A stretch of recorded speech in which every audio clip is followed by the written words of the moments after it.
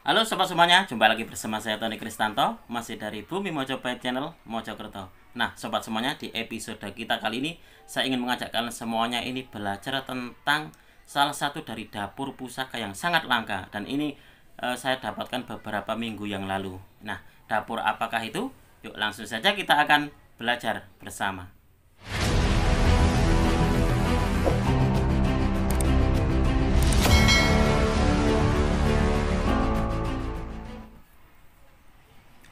Nah sobat semuanya, salah satu dari dapur yang langka yaitu dapur condong campur. Nah, selama dari tahun 2012 sampai saat ini saya baru pertama kali ini mendapati dari dapur condong campur ini sobat semuanya.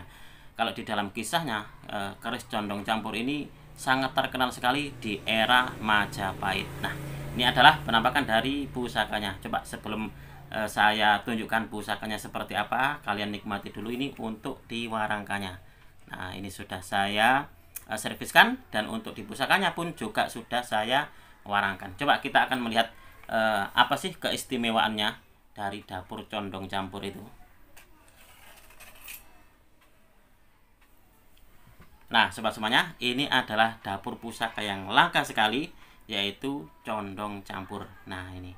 Kalau kalian melihat di sini sobat semuanya, sekilas tidak ada yang istimewanya. Karena apa? Karena tidak begitu terlihat karena tertutup oleh pamor. Nah, tapi kalau didekatkan seperti ini, kalian akan mendapati bahwasanya sogokan dari keris ini sampai ke ujung atau sampai di puncak. Nah, sampai di sini. Nah, ini pun dibaliknya pun juga seperti itu. Nah, di sini nanti kita akan belajar mengenal tentang ricikan dan juga filosofi dari dapur condong campur bersama-sama. Oke sobat semuanya, kita langsung saja nih belajar tentang salah satu dari dapur pusaka, yang mana dalam kali ini kita belajar tentang dapur condong campur. Nah, ini kebetulan kan ada contohnya. Kalau ada contohnya itu enak sekali dipakai sebagai sebuah sarana belajar, karena ada contohnya. Kalau nggak ada contohnya itu jadi kurang apa ya, kurang ngeh gitu kalau saya sobat semuanya. Nah, ini adalah warangkanya. Nah, seperti ini. Coba kita akan melihat, sebelum saya ajak kalian semuanya untuk melihat buku dapur, saya akan mengajak kalian semuanya dulu untuk melihat dari bilah kerisnya. Nah, ini sobat semuanya. Ini sudah selesai saya warangkan. Nah, ini coba kalian amati di bagian ini, bagian sogokannya. Ini adalah sogokan rangkap dan sampai ke ujung, sampai ke puncaknya. Nah, ini adalah dapur condong campur sobat semuanya.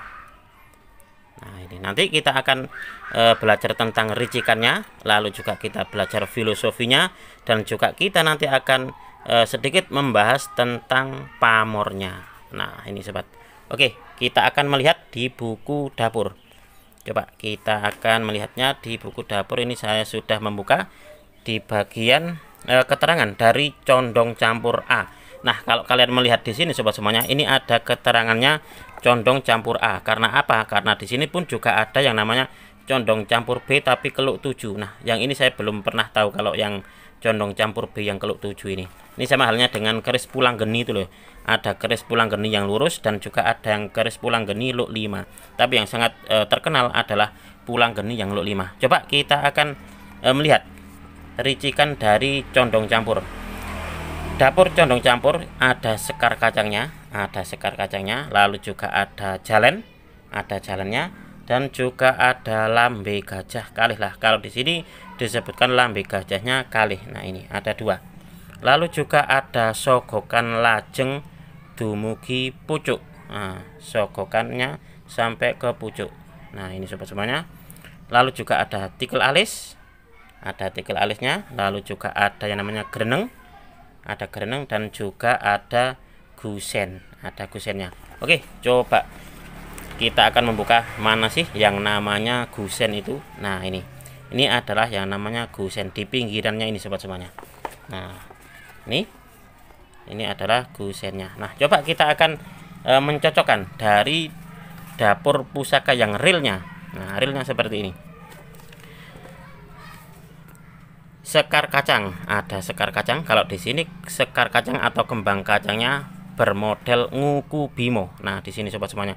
Lalu juga di sini ada jalen. Ada jalannya dan juga di sini lambe gajah kalih. Nah, kalau di sini disebutkan lambe gajahnya ini ada dua, tapi kalau di sini sobat semuanya, kalau saya pribadi melihatnya ini satu apa dua ya ini? Kayaknya satu ya. Apa yang di bagian bawah ini juga oh bukan nih. Tapi ini cuma satu ini sobat semuanya. Kalau sepengetahuan saya, pengamatan saya, coba kalian amati. Ini kan cuma satu. Lalu ada sogokan lajeng dumugi pucuk. Nah, ini ada sogokannya sampai ke pucuk. Nah, ini sobat semuanya. Ini ada sogokannya. Di bagian baliknya pun juga seperti itu. Nah, ini. Lalu ada tikel alis. Nah, adanya tikel alis. Lalu juga ada yang namanya gereneng. Nah, gereneng ini di sini. Kalau di sini kalian melihatnya gerenengnya sudah aus kalau boleh dibilang. Sudah ke aus. Lalu juga yang namanya gusen. Nah, bagian sini. Nah, ini sobat semuanya, ini adalah ricikan dari condong campur. Terkadang di buku dan juga di reelnya terkadang ada sedikit perbedaan. Terkadang pun juga antara buku dan juga yang beredar di reel di tengah-tengah kita dalam dunia Tosan Aji itu pun juga terkadang berbeda. Nah, seperti itu sobat semuanya. Tapi untuk di dapur ini mendekati di dapur condong campur, karena pemiliknya dahulu pun juga bilang kalau ini memang dapurnya dapur condong campur. Oke, kita akan lanjutkan lagi sobat semuanya tentang makna dan juga filosofi apa yang terkandung di keris condong campur itu. Nah, ini sobat semuanya, bahwasanya keris condong campur ini, condong artinya adalah miring yang mengarah ke satu titik, yang berarti keberpihakan atau keinginan. Jadi condong campur ini terdiri dari dua kata, yaitu condong yang artinya miring yang mengarah ke satu titik, yang berarti keberpihakan atau keinginan, dan campur ini berarti menjadi satu atau perpaduan. Nah, dengan demikian sobat semuanya, condong campur ini adalah suatu keinginan untuk menyatukan suatu keadaan tertentu. Jadi keris ini merupakan suatu perlambang keinginan untuk menyatukan perbedaan. Dalam segala sisi kehidupan pasti menemui yang namanya perbedaan. Pesan luhur dari keris condong campur ini sobat semuanya, agar pemilik bisa mengatasi segala perbedaan yang ada dalam kondisi apapun dalam kehidupannya, agar menemukan jalan keluar yang terbaik bagi diri sendiri dan orang lain. Jadi yang terbaik itu bukan untuk dirinya sendiri saja, tapi juga untuk orang lain, untuk masyarakat banyak. Itu seperti itu. Nah, itu adalah makna dan filosofi dari condong campur. Nah, lalu kita akan melanjutkan lagi sobat semuanya untuk membahas tentang pamornya. Nah, kalau saya melihat di sini untuk di pamornya sendiri, ini adalah pamor-pamor kepemimpinan ya, kayak kederajatan. Kalau saya melihat di sini pamornya kayaknya masuk di pamor Wahyu Tumurun. Kalau saya pribadi sobat semuanya. Tapi kalau ada yang berpandangan lain, oh mas itu bukan pamor Wahyu Tumurun, silakan. Itu adalah hak kalian sobat semuanya.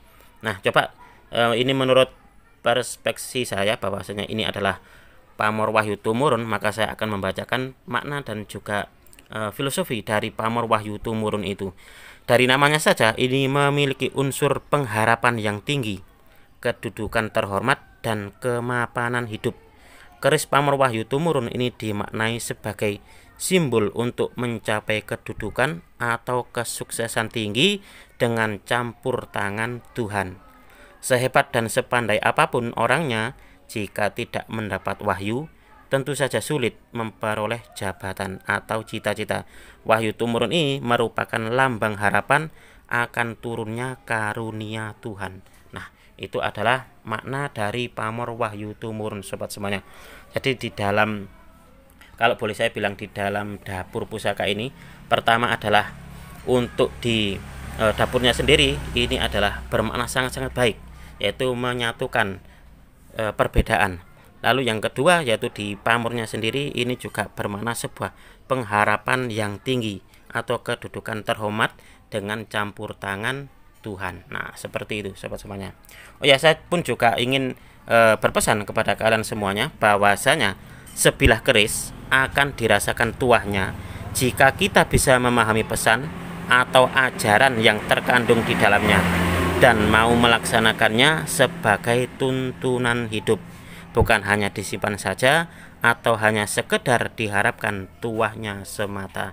Jadi makna atau pesan dari leluhur kita dulu itu menitipkan pesan kepada pusaka, kepada keris-keris ini dengan dapur-dapur tertentu adalah itu punya maksud sendiri-sendiri sobat semuanya. Jadi kalau kita bisa memahami pesan dan juga ajaran yang terkandung di dalamnya dan juga mau melaksanakannya sebagai tuntunan hidup, maka kita insya Allah akan bisa merasakan tuah dari pusaka tersebut. Nah, seperti itu. Ini adalah sesuai dengan pemahaman saya seperti itu sobat semuanya. Nah, demikianlah tadi sobat, kita sudah belajar bersama tentang salah satu dari dapur pusaka yang sangat langka keberadaannya, yaitu dapur condong campur. Semoga video ini bisa bermanfaat bagi kalian semuanya, khususnya bagi kalian para pecinta tosan aji pemula. Apabila ada kesalahan dan juga ada kekurangan dalam saya menyampaikan review tadi, saya memohon maaf yang sebesar-besarnya. Dari saya cukup sekian, terima kasih dan salam dari bumi Mojopahit.